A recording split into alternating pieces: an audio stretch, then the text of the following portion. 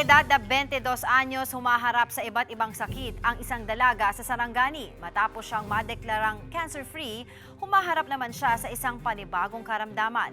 Kaya nananawagan siya ng tulong. Para bigyan ng mukha ang balita, Mobile Journal, Yeda Pascual.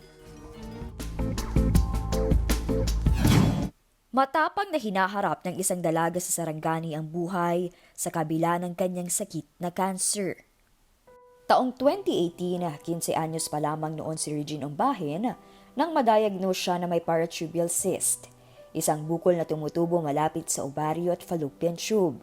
Natanggalan man po ako ng right ovary po, tapos right fallopian tube and left fallopian tube nung 2018 po. So ang naiwan na lang po is left ovary ko po. So ngayon po, meron siyang PCOS. Ayon kay Regina, meron din ito ang kanyang lola at ilan sa kanyang mga pinsan.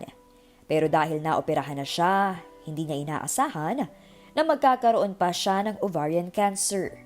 Umiyak po talaga ako after nang nalaman ko. I-question ko na bakit sa dami-daming tao po, bakit ako po yung nabigyan ng yun na sakit po. Nag-stop po ako ng school for almost ngayon po 1 year and 6 months na po. I need ko daw mag-chemo for almost 4 months. Dahil sa tuloy-tuloy na gamutan, dineklara siyang cancer-free noong December 2024. Pero hindi pa pala natatapos ang lahat.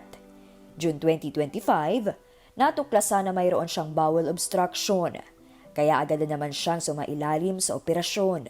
Kung babalikan po yung journey ko is mahirap po talaga siya. And kinakaya ko lang po.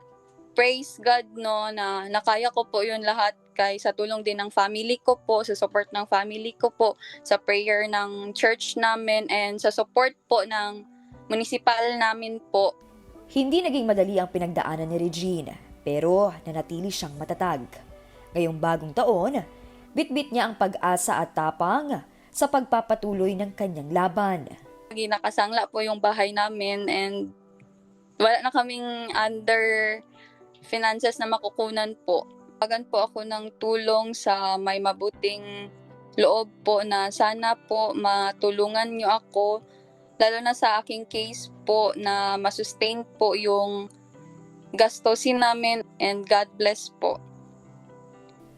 Mga kapatid, ako po si Mobile Journal Yeda Pascual. Hatid ang muka ng balita.